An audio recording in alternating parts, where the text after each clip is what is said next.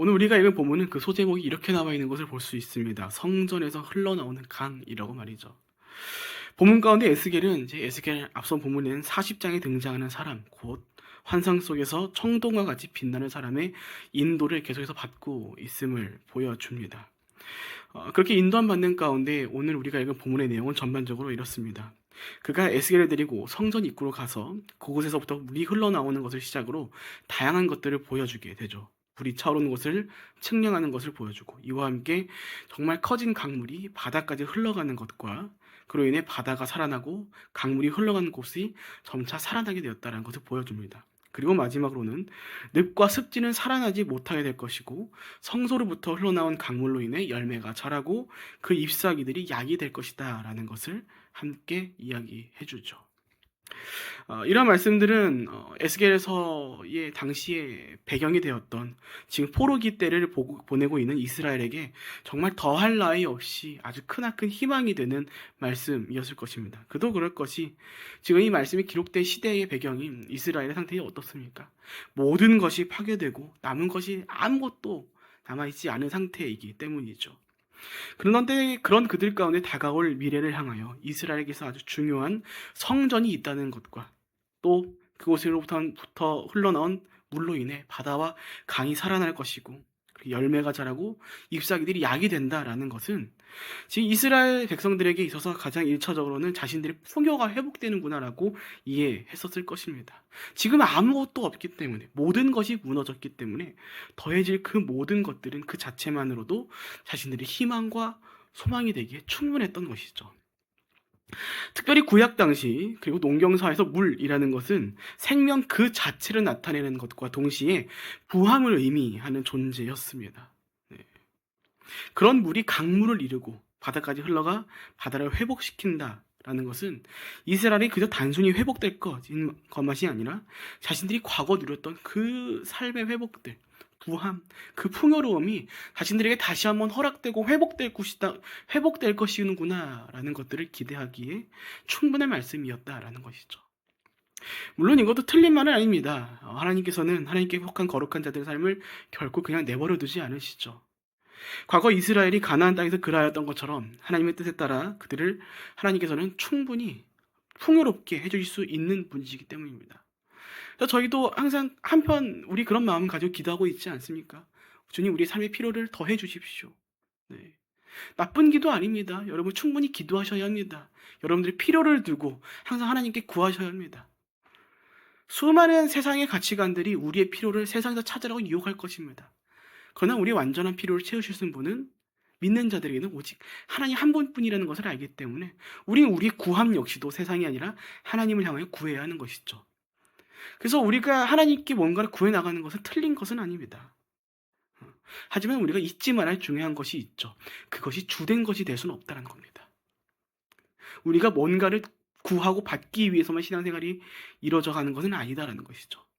그래서 우리가 오늘 말씀을 읽으면서 또 잊지 말아야 할 것이 있습니다. 바로 이 에스겔서는 그저 그때의 이스라엘 회복을 향한 것만이 아니라 오늘을 살아가는 저와 여러분, 곧 영적인 이스라엘에 속한 모든 그리스도인들을 향한 그들의 영적인 회복을 위한 말씀이기도 하다라는 것입니다. 그래서 오늘 우리가 읽은 본문은 당시 이스라엘을 향한 1차적인 풍요로움의 회복으로도 볼 수 있지만, 그것만이 아닌 오늘 저와 여러분의 영적인 회복이 된다, 그것을 위한 하나님의 말씀이 되기도 한다라는 것입니다. 그렇다면 과연 오늘 하나님께서는 이 말씀을 통해서 우리 가운데 어떤 말씀을 더해 주시는가 하니, 결국 온전한 생명과 온전한 회복은 바로 하나님으로부터 시작된다라는 것입니다. 오늘 본문의 맥락을 자세히 살펴보면 바다와 강, 땅의 모든 것이 회복된 것은 바로 흘러들어온 강물로부터였다라는 것을 보여줍니다. 여러분, 강물은 무엇입니까? 앞서 말씀드린 것처럼 당시의 생명을 의미하는 것이다 라고 말씀드렸죠. 그런데 그 강물은 바다와 강, 땅의 모든 것들을 회복시킨 그 강물의 출처는 어디로부터였던 것입니까? 바로 성전입니다. 성소였습니다. 성전, 어떤 곳입니까? 단순한 건물이 아니죠. 성전은 바로 하나님께서 거하시는 곳을 상징하는 곳이었습니다. 그 말은 지금 모든 것을 회복시킨 강물이 어디로부터, 아니, 정확하게는 누구로부터 흘러간 것이다라는 것을 보여주는 겁니까? 바로 하나님으로부터 흘러나왔다라는 것을 보여주고 있는 것입니다. 그리고 우리는 오늘 본문과 같이 모든 것을 살리시는 생명의 물 되시는 한 분을 알고 있습니다. 바로 예수 그리스도이시죠.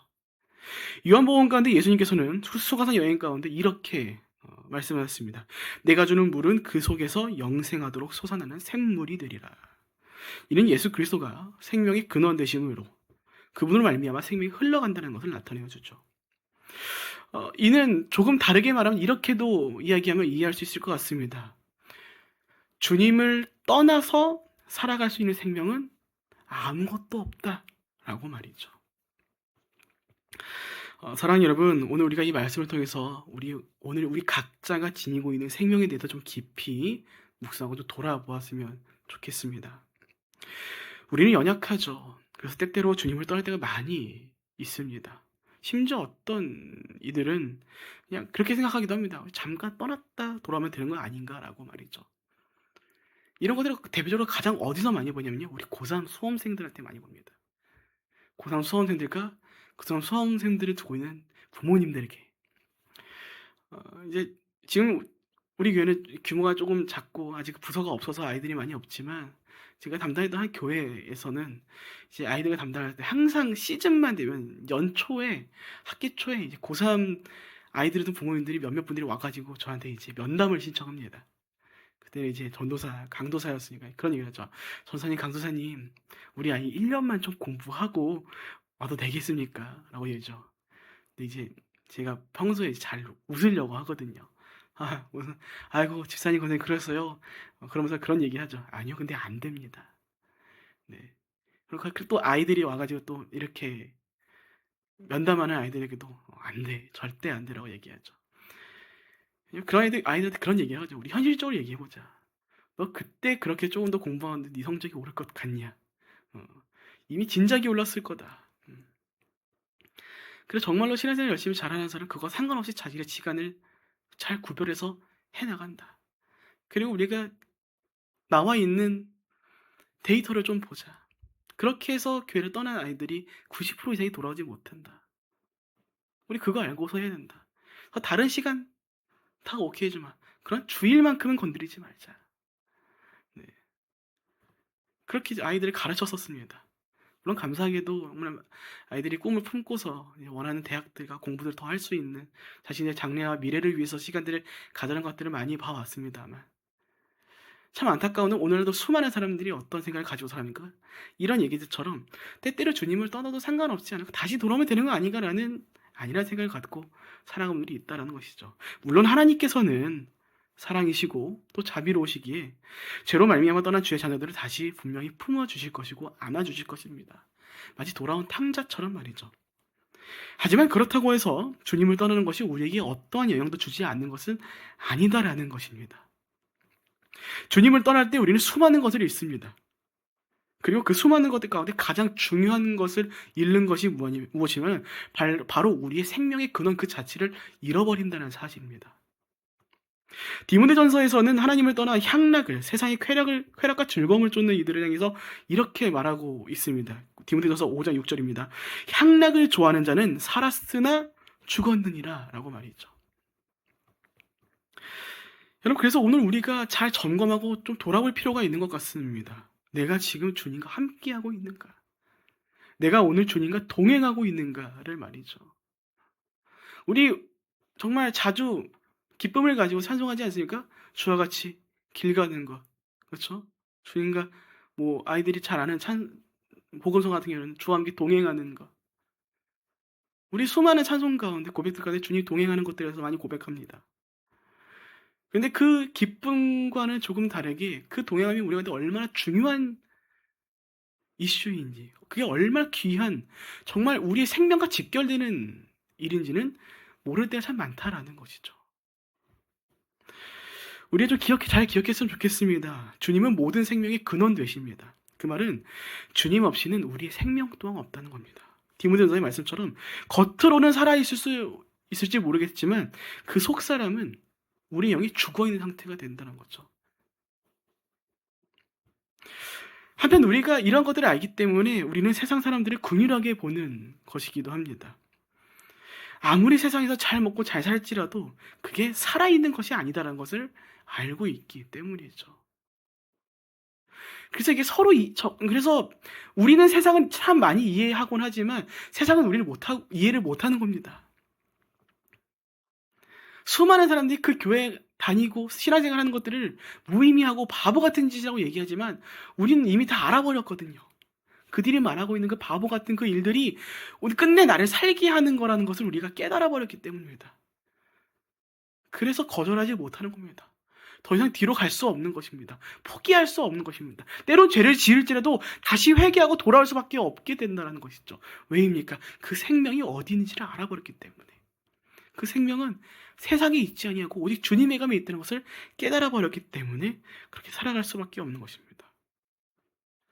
그런데 그것을 모르고 사람들이 세상 가운데 즐거움과 성공을 위해 살아가니 이 얼마나 불쌍하고 안타까운 인생입니까? 스스로 살아있다고 여기지만 실제로 죽어있는 삶을 그들이 살아가고 있는 것입니다. 그리고 그 삶이 끝내 삶의 그 끝에서 깨달아 버린 것이죠. 모든 것이 헛돼 버렸구나라고 말이죠. 그래서 사도 바울도 주님을 만나고서 고백한 것입니다. 빌립보서 3장 8절 내가 그리스도를 위하여 모든 것을 잃어버리고 배설물로 여기 되었다라고 말이죠. 모든 것이 있어도 모든 것을 누려도 생명이 근원이 되시는 예수 그리스도가 없으면 그것은 해로운 것이고 죽은 것이나 다를 거 없습니다. 하지만 모든 것이 없어도 예수 그리스도가 있으면 그것은 유익한 것이고 살아있는 생명이며 끝내 그 영원한 하나님 나라를 누리게 되는 삶이다라는 것이죠. 사랑하는 여러분, 오늘 우리는 어떻게 살아가고 있습니까? 겉으로만 살아있는 자입니까? 아니면 진정 우리 영까지 온전하게 살아있는 자들입니까? 오늘 우리는 우리의 생명이 주님께 있다고 여기고 믿으며 살아가고 있습니까? 아니면 여전히 세상 가운데 나의 생명이 있다고 살아가고 있습니까? 우리가 잊지 않았으면 좋겠습니다. 생명이 근원 되시는 그 물은 성전으로부터 바로 하나님으로부터 예수 그리스도로부터 흘러나옵니다. 우리가 그것을 기억하고 우리가 언제나 주님과 함께 동행함으로 그 생명을 누려가는 삶이 되시는 저와 여러분이 되시기를 축복드립니다. 주님을 떠나서 우리는 살아갈 수 없습니다.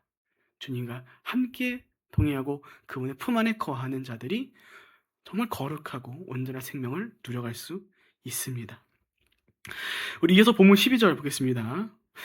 갖가지 먹는 열매를 맺는 나무들이 강둑을 따라서 양쪽으로 자랄 것이다. 그 나뭇잎이 시들지 않을 것이고 그 열매가 끊이지 않을 것이다. 달마다 열매가 열릴 것이다. 그 강물이 성소에서부터 흘러나오기 때문이다. 그 열매는 음식이 되고 그 잎사귀들은 약이 될 것이다. 본문에 의하면 성전으로부터 흘러나온 물로 인해 많은 나무들이 열매를 맺고 또 그 가지에 맺힌 잎사귀들이 약이 된다라고 얘기하죠. 이것은 앞서 말씀드린 것처럼 1차적으로는 이스라엘이 누려갈 현실적인 풍요로움을 나타내는 것으로 이해될 수 있을 것 같습니다. 하지만 이것은 우리가 영적으로 보면 좀 다르게도 이해할 수 있다는 것이죠. 그래서 이 말씀도 이렇게 좀 볼 수 있을 것 같습니다. 바로 주님으로부터 흘러온 그 생명을 지닌 저와 여러분으로 말미암아 다른 우리의 이웃을 위한 열매와 약초가 맺혀진다라고 말이죠. 요한복음 가운데 예수님께서는 자신을 포도나무로 여기시고 그 나무에 붙어있는 그리스도인들을 가지라고 비유하셨습니다. 우리는 이것만으로도 알게 되는 것이죠. 우리가 주님을 떠나서 생명을 지닐 수 없다라는 것을 말이죠. 가지는 나무에 붙어있을 때 비로소 나무로부터 영양분을 받아 살아갈 수 있습니다. 근데 그 나무로부터 떨어져 있다라고 생각해 보십시오. 그 가지가 살아갈 수 있겠습니까? 결코 그럴 수 없습니다. 그런데 우리가 여기서 한 가지 놓치지 말아야 할 중요한 점이 하나가 있습니다. 바로 열매 맺음에 대한 것이다라는 거죠. 여러분, 말씀 가운데 우리가 가지라고 말씀해 주셨습니다. 그렇다면은 그런 우리 가지를 통해 맺혀진 열매는 누구를 위한 것입니까? 가지를 위한 것일까요? 아닙니다. 결코 아닙니다. 가지를 통해서 맺어진 열매는 기본적으로는 농부를 위한 일입니다. 그리고 더 나아가 농부의 의도로 인하여 받게 될 다른 이들을 위한 것들이다라는 것이죠. 오늘 우리가 본문을 통해서 읽은 열매와 잎사귀 역시 동일합니다. 열매는 성전으로부터 흘러나온 물로 인해 맺히게 됐고 그 나무의 잎사귀는 다른 이들을 살리는 약이 되었다라고 하죠. 그 말은 오늘 영원한 샘물 되신 예수 그리스도로 인해 생명을 누리게 된 저와 여러분, 그 여러분들을 통해 맺히게 될 그 열매와 약초는 오늘 우리가 함께 보내고 있는, 우리로 말미암아 만나게 하는 다른 이들이 함께 누려갈 것들이 된다라는 사실입니다. 사랑 여러분, 우리가 잊지 않았으면 하는 것이 한 가지 더 있습니다. 바로 예수님께서는 우리에게 우리 자신만을 위해 살아라고 말씀하지 않으셨다라는 것입니다. 오히려 거룩한 삶은 하나님을 사랑하는 것과 더불어 자신을 사랑하는 것 같이 이웃을 사랑하는 것이다라고 말씀하시죠. 저와 여러분은, 우리는 이미 성전으로부터 흘러나온 영원한 생명의 물, 곧 예수 그리스도를 믿는 믿음으로 생명을 누려왔습니다. 지금도 누리고 있습니다. 그런 우리가 생명을 머금고 있는 가지로서 우리를 통해 맺혀지는 열매와 잎사귀는 결국 누구를 향한 일들이라는 것입니까? 우리 자신을 통해서 그 생명이 흘러가도록 만드는, 그 생명을 머금고 있는 열매와 그 약이 되는 잎사귀들을 가지고 다른 이들을 향해 그것을 흘려보내야 한다는 겁니다. 주님의 생명으로 살아난 나무의 잎사귀는 약입니다. 오늘 우리에게 주님의 생명이 거하고 있다면 우리는 곧 우리 이웃을 치료하는 약과도 같아질 겁니다. 주님의 생명으로 말미암아 풍성해야 되는 열매는 다른 이들이 또 그 풍성을 누리게끔 하는 귀한 통로가 될 것입니다. 그래서 여러분, 우리의 섬김이 이웃을 살리는 하나님의 손길이 되는 것입니다. 우리의 수고가 이웃을 사랑해가는 거룩한 삶의 일부가 되는 것입니다.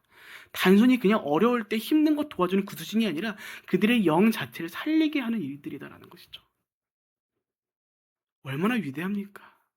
그래서 여러분, 우리가 이 말씀을 전하면서 우리가 또 한 가지 잘 기억했으면 하는 것들이 하나 있습니다. 성도님들, 여러분들의 존재가 그렇게 귀한 존재입니다. 자신을 너무 이렇게 막 작게 보지 마십시오. 하나님께서는 여러분들의 삶의 한 켠을 통해서 함께나 이들 가운데 복음을 흘러나오게끔 할 겁니다. 그들을 살리게 하실 것입니다. 그 시간과 때와 장소는 어쩔지 모르겠지만 분명한 것은 우리를 통해서 하나님께서는 그렇게 일해 가실 것이다라는 것이죠. 그 한마디, 그 우리 행동 하나하나로 말미암아 말이죠. 여러분들의 그 수고가, 그 손길이 하나님의 사랑과 긍휼함이 담은 손길이 되는 겁니다. 여러분들의 거룩한 그 말 한마디가 그들의 영혼을 살리는, 그들의 마음 가운데 위로가 되고 그들을 정말 복음 가운데로 그 복음의 기쁨을 누리게끔 해주는 귀한 하나님의 음성이 되는 겁니다. 괜히 예수께서 우리한테 가지라고 말씀하신 것이 아닙니다. 그냥 삐쩍 꼬른 그런 존재가 아니라는 것이죠. 우리를 통해서 열매 맺게 하시고 그 열매로 그들을 누리게끔 할 거다라는 겁니다. 그리고 그 근원은, 그 생명은, 그 힘은 결국 어디로부터 비롯된다는 겁니까? 우리 나무 대신 예수 그리스도. 그래서 그것을 가꾸시는 농부 대신 하나님으로 말미암아 시작된다라는 겁니다. 사랑 여러분, 오늘 주님의 생명이 우리 가운데 거하고 있습니까? 그렇다면 그 생명을 부디 우리 안에만 가둬두지 마시기 바랍니다. 흘려 보내시기 바랍니다. 우리의 자녀들에게, 우리 남편과 우리 아내에게, 우리 부모님에게, 우리 친구들에게, 오늘 우리의 한날 가운데 만나게 하시는 그 수많은 사람들 가운데 생명을 머금은 열매와 잎사귀의 모습은 결코 제한되지 않고 서로 다른, 수없이 다양한 모습으로 펼쳐질 것입니다. 앞서 말씀드린 것처럼 우리의 말로, 우리의 행동으로, 우리 선택들로 서로 다른 모습으로 펼쳐지게 될 것입니다. 그래서 우리가 기억했으면 좋겠습니다. 성전에서 흘러나오는 물은 생명을 살게 만들고 열매와 잎사귀를 맺히게 만들고 누리게 한다는 것입니다. 그 열매는 사람의 양식이 될 것이고 그 잎사귀는 약이 되어 사람을 살리는데 사용되게 될 것입니다. 저와 여러분이 그 성전으로 흘러나온 물로 생명을 얻은 가지로서 그것을 맺히게 하는 귀한 통로가 될 것입니다. 우리 잘 돌아보십시오. 우리도 그런 순간들 경험했던 적들이 있지 않습니까? 믿음뿐만이 아니라 우리가 신앙생활을 하면서 누군가로 말미암아 우리 영이 살게끔 되는, 치유되는, 그 복을 누리는 순간들. 저도 많이 있습니다. 정말 많이 있습니다. 그저 믿음 그 자체만이 아니라 그 믿음의 경주를 끝까지 달려갈 수 있도록 힘과 위로를 더해주시는 이들이 얼마나 많은데요. 그래서 그 생명들이 흘러나오고 그것이 결코 우리 가운데 머무르는 것이 아니라 그것을 우리와 함께하는 이들 가운데도 흘려보내게끔 주님이 오늘 우리와 함께 일해 가실 것이다 라는 겁니다.